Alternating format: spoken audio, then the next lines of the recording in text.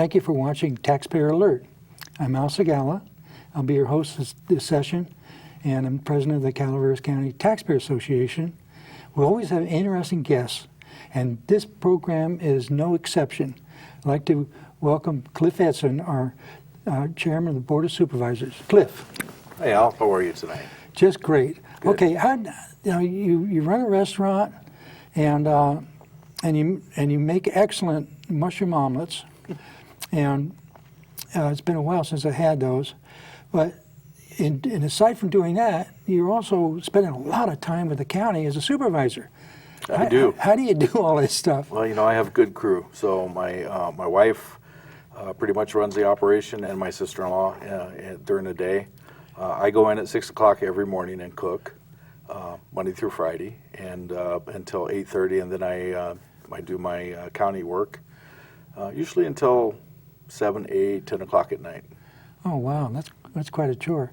So you've been at it for a while, and from what I see, I attend most of the board meetings. You're doing a great job, and how do you feel about being a board of supervisors?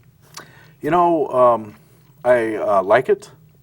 I don't think I can do it for 20 years, or you know, maybe not even 10 years, but because I put a lot of effort into it, right. And I work hard, and and I see some pretty good results. I like it when I can make accomplishments and have them help our community and our county.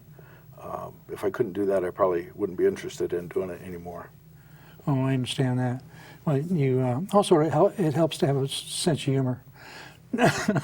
Well, you know, sometimes that changes. It never pays to get mad. Well, one of the big problems, of course, every county has is handling its budget. And I understand we had an $8.3 million deficit, and I understand there's a plan to get that down where we can be in the black like the other counties are. And well, what are your thoughts on that? Well, we started off pretty rough. The economy was down. We were at 8 million in the hole, and our CAO, Shirley Ryan, actually had so much to do with this, even from the beginning of when I was there. Who is our CAO currently? We listened and took on some of her recommendations, or most of them, and of course we challenged her a little bit. I mean, that's what we do. You pay her. She takes it from us. But we are now at the end of this budget cycle. We should be flush, or we're hoping for be in the black at the end of this budget cycle. So you gotta really thank, I think, the county employees, the managers there, the department heads. The sheriff has done a great job at doing more than he can, really, with very little that he has. Right. And I think that everybody came together and did what needed to be done. And also Rebecca Callan, the county auditor, she hung in there too. They seem to work really well. Shirley and Rebecca and the department heads, they seem to help each other, and they get through things. Also the assessor pitches in and helps. Yeah. So, first year and a half or so, we went through a very turmoil type relationship. I think the county was, with a new board and everything, nobody knows what to expect, and I think that there was some issues there. They've come together really well. When we put Shirley as alternate CAO or interim CAO, I could really see everything starting to calm down and coming together very well. So we have put people in certain departments that makes everything way more efficient, and pretty darn happy with that. Oh, that's good. One of the suggestions we had a while back was that perhaps use little forms or customer service questionnaires for people that go through the planning department and the building department. Do you know if there's been any more thought along those lines? Yeah, I think that as Shirley became CAO at the beginning of the year, it's going to take. She's still getting a hold of all of that. Right. I know that a lot of the departments have made great strides in their customer service. Not that they were doing a bad thing before. I just think that they found better ways of doing something. Right. There's two things that we could actually do. One is a customer service survey, like you're talking about. And also, when you go into the planning department or into the building department, as a business owner or as somebody that wants to do something within the county, you don't really know all the processes. And sometimes it can be a little bit crazy. So I think what I asked Shirley about is, can we put together a map of sorts where if somebody goes in for a project, they know everywhere to go, and it is the process. Because a lot of times you'll go in and then the county does a process for you and they just kind of send you places. Right. If you know where to go, if you know the process before you go in there, because you have that map, You plan it, yeah. it makes it a lot easier. Oh, yeah. That does make sense. One of course, economic development is important, and you've been involved with that, and you've been real supportive of economic development. Tell us a little bit about that. Well, the county needs economic development to be able to pay for their services.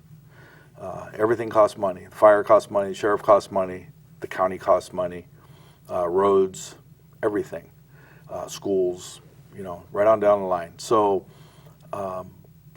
we should be able to develop our economics as efficiently and as widely as we can.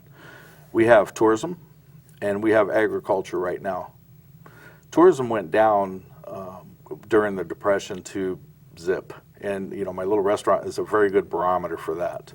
We've seen the tourists just back off probably 60-70% of what they were 8-9 years ago. Oh, wow.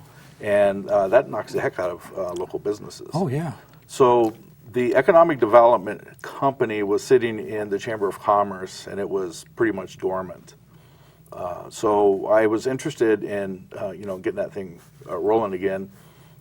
If you remember right, one of the first things I did on the board was to have an economic development study session. And out of that came some folks that were interested in reviving that economic development company. And so they revived it, and as they're growing, they have growing pains like every other organization, but they're starting to look like they're doing pretty well, and they're going to get going here pretty quick. It seems like the chamber is coming back to life as well. Yes. Over this last year, they have a new director, and I'm hearing positive feedback. Yes. So the chamber, it's like a lot of things that happen around in the county. People get burnt out. You get 10 people working on something for the same 10 people have to work on everything basically. Right. So the chamber, I'm on the executive committee there as well. Right. Or the executive board, and we interviewed for a new executive director, and there was some really good, actually very good potentials there. But Stacy Johnston, who is the current is the current chamber executive director, came in and just she was it.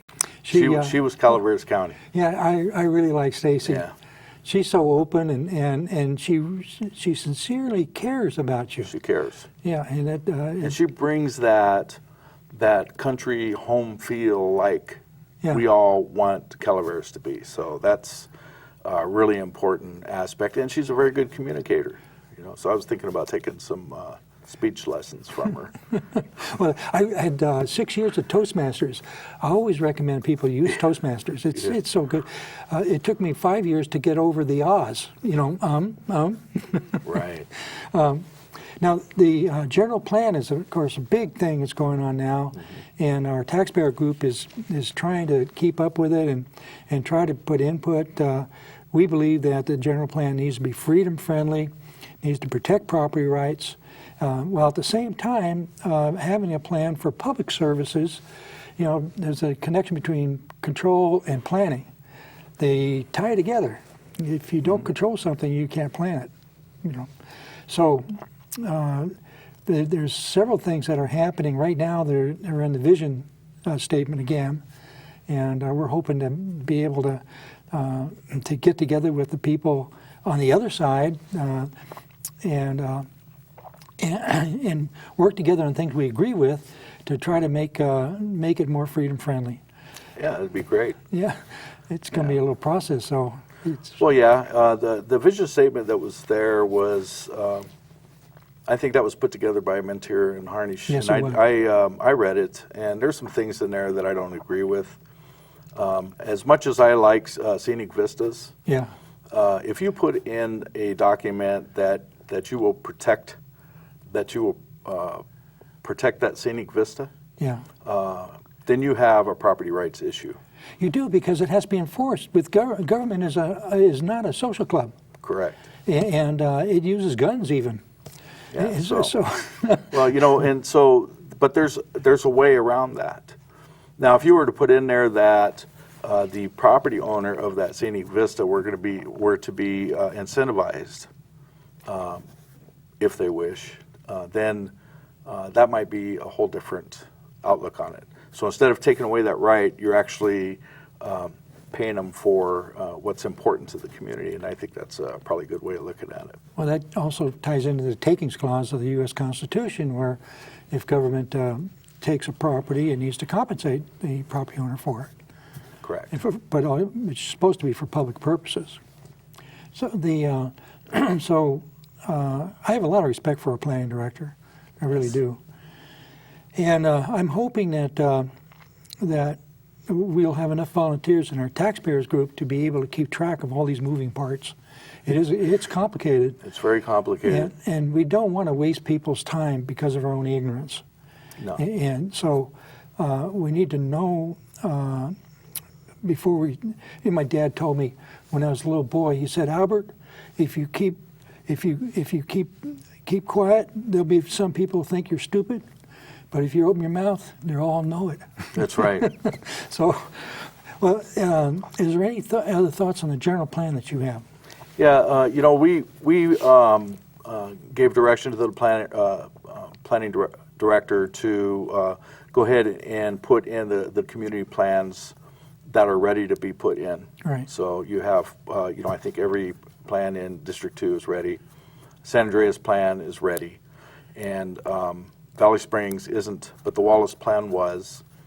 And so, you know, the idea is to get this general plan complete, as general as it needs to be to get complete. It's important that we finish this general plan. If we don't, and it gets delayed again, everything isn't complete. So any project that comes up can be challenged. There's a lot of things that this general plan will help us to move forward in the county. And so, and it gives everybody from the outside or whoever wants to invest in the county the vision on what they can and what they can't do. It gives them all of the information that they need generally. And that makes it a lot easier for people to decide if they want to come here or not. One of the concerns that the taxpayers have is the extent of government control over private property. There's a direction in the with Mintner Harnish and also with their progressive friends to shift the freedom to choose from the property owner to the group or the committee or the government. And we feel that the more that this is done, the less interest the property owner will have in determining their own future. Because if they don't have the power to do so, or if it's such a tedious process on nosebleed to try to build something, they just won't. And so this will harm our overall economy down the line. Yeah, I feel that people come up here normally to purchase a piece of property because they like it open, and They want to be happy. they want to be happy, and they like that feeling of being, out in the country. Right. Can't disagree with them on that. I love it too. Me too. On the other hand, I wouldn't want to stop somebody from following their dream if they want to divide something up and for their families. So if you put restrictions on that, you take away the value. Right. And I don't want to do that if we can help it. Right. There are some areas, some issues where it just doesn't make sense to build because the infrastructure, you're going to have to pay for, you wouldn't be able to do it because of the requirements necessary, like the road going up for fire Right. trucks and things like that, right? And all of that. So, but on the other hand, if you were able to find a way to bring value to that open space, you could actually incentivize folks to not build and keep it open space. I think that probably 99% of the folks up here would just enjoy the heck out of that. That's a good question because when the general plan says that this will be open space, somebody owns that property, and you're talking about actually compensating them for the public benefit of that being open space. I don't know if that'll fly with the budget or not, but it's certainly a better approach than just being a dictator and saying you can't build on your property. Well, it's more than just the county and the local folks that like the scenery. The land has value for natural resources. Well, like cattle, yeah. Well, there's cattle for agriculture. There's many different things in ag. We can grow a lot of crops up here. We can grow a lot of things, and we can grow a lot of animals. Yeah. But also, our whole county is comprised of 3 major watersheds, and that's a huge natural resource. Yeah. California knows what we are, so there's going to be that battle. But that watershed can produce. We produce actually 1/3 of all of the water for the San Joaquin Basin. That's billions and billions of dollars worth of water. Right. And so the idea is to get them to reinvest up here by reinvesting. Then maybe we can start some of these programs to be able to incentivize these property owners to do the right thing. That's interesting. This water goes to maybe a large percentage of it goes to grow crops in the valley, and I wonder what the real value of all these crops are. That comes from this water from New Melones.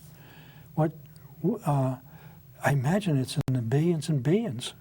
Well, Hogan, New Melones. Yeah. Even parts of, I'm sure, Part E or the McCollum River gives partly to Stockton as well. So We're feeding the world. yes, we are. Well, that's This little county. Yeah. Now maybe we're not doing the whole world over. Now you could see the real diamond in the rough here. Yeah. Right? This county is very special. Yeah. It's a very special place. It has all the potential in the world if we just do it right. Yeah. Now that segues into the watershed management program. Yeah, which we just talked about a little bit. Yeah. And you've been promoting that, and I've heard some of your speeches, and each time I hear you, you get better and better. And That's why I give so many speeches. Start off rough, kind of improve. Learn your mistakes, I guess. Learn from your mistakes. well, what's the status of that idea now? The watershed management program is waiting for a vehicle, and I've taken it all the way even to the senator, Senator Berryhill. Senator Berryhill likes the idea, but he needs, as most places, they need a vehicle for funding. You cannot drive a program without a vehicle to accept the fuel to drive Okay. the program. Okay, so I know Dennis was on, here a little while ago, Dennis Mills, He didn't talk very much about that. and he talked about a little bit about the RCD. Yeah. So the Resource Conservation District is a vehicle that we will be able to use to implement much of the watershed management program. And it'll do a lot of things that county can't do. Right. So county basically is a box that processes things. Okay. They really don't like it or dislike it or think about it or anything like that. They have a process, they do it, and that's what they do. I came into the picture thinking, I'm going to change that, to work for the people. Well, they do work for the people. They follow the process. Right. And so, I'm very happy that they do that, and they're very good at it. The RCD will be the outside player that can work for the water agencies and the county and the watershed management program to be that vehicle, to be able to get some of the funding that we need, implement some of the programs that we need to do here for flooding and for erosion control and for greater water yield and reduction of fire danger and things like that, and for education and agriculture and all kinds of things. How is that organization controlled? It'll be controlled by a 7-member board, Okay. and the board will be appointed by the Board of Supervisors. I see. Okay, and the thought is having a member from the water agencies be on as a board member, and also a member from the ag community to be on the board. I see. And the funding, would some of this come from the general fund or totally grants, or how does it work? Right now there's quite a bit of money sitting out there on that Prop 1 grant, or the bond that they passed for the water. And we'd like to get a piece of that to be able to start this thing off. And I think that there will be plenty of funding opportunities once that happens, because there's a whole bunch of people around here that are just kind of waiting for something like that to happen. My goal is to eventually move it from a grant-funded program to a service-funded program, so that we can build a product, let's say, out of our natural resources and put it up for sale to the people that are receiving the product. Right now, the whole state receives, or most of the state receives, water from us for free. So it comes down through Alpine. Alpine County gets nothing for it. We get nothing for it. It goes down out to 5 or 6 million people out there, and for free. They don't reinvest into our county at all, or Alpine, or Stanislaus, or any place else, or even Amador. So the idea is to be able to create that program that will build a product that they'd be interested in paying for, and then that runs your program, and then we don't have to use that grant money as much. The taxpayers are burdened enough. So Yeah, we agree with that. yes. So the product, much of the consumption of water is from the ag community down in the valley, and they grow crops. And so we're talking about doing things in the forest to allow it to become more productive, perhaps shadows on the ground where the snow can accumulate more, that sort of thing. Is that correct? Yes, it's not just the forest. So let's say if you were to manage the forest for maximum snowpack, Right. all right, and that's just a generic, safe way of putting it. Right. You're not going to reduce the forest to the point to where it's unhealthy for the Right. environment. You have to do it. You have to have a healthy environment to repeat it over and over. But if you get your maximum snowpack, and you have the trees far enough apart or Right. close enough together where you're going to give that shade to that maximum snowpack Right. for as long as you can during the day, then it's going to stay there longer, and it's going to meter into the ground slower.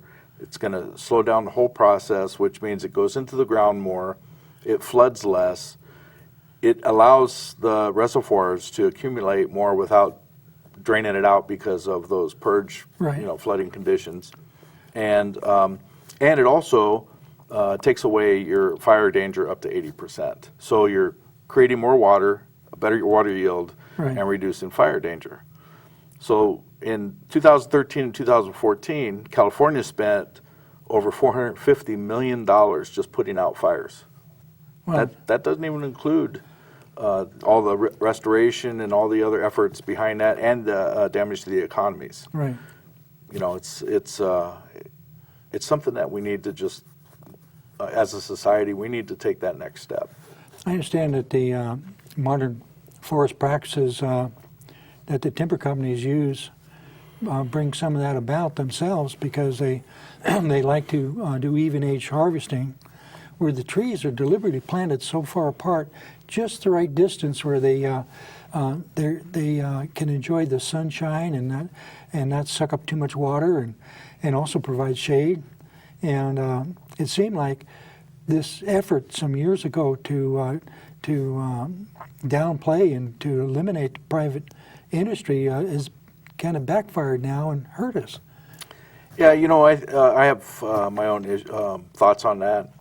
I think that over history, we've had abuses, and in an effort to stop those abuses, and then now we have the same thing going on. A pendulum, you mean there's a pendulum Yeah, going on? and I think that, like I say, I believe that most of these groups want to come together and create that environment, that really, really smart environment that can actually work for us, the people. Yeah, I understand that.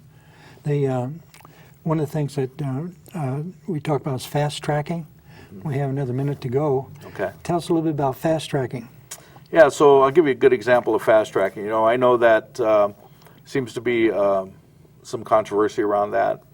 If you take a look at the Mark Twain Medical Center in Valley Springs, I went in, because they came to me, I went in and asked them to fast track it because it's an economic development Right. contributor. And the planning department takes it off, application comes in, they put it on top of the pile because that's economic contributor, and they fast tracked it. And now, that helps the companies Right. be able to get their funding and make their decisions on what they need to do. Well, that's good. That doesn't mean that they circumvent any system. Yeah, or they're not doing process, it for a special company, that that would be a crony capitalism type thing. No, and So- I got to tell you that if the planning director or anybody else, we went in and told them to do that, and they didn't like it, they would just tell us to, see you later. It was nice talking to you. And Right. Well, Cliff, we really enjoyed having Thank you. you. Thank you for watching. Taxpayer Alert, go to our website at calaveras.taxpayers.org. See you next time.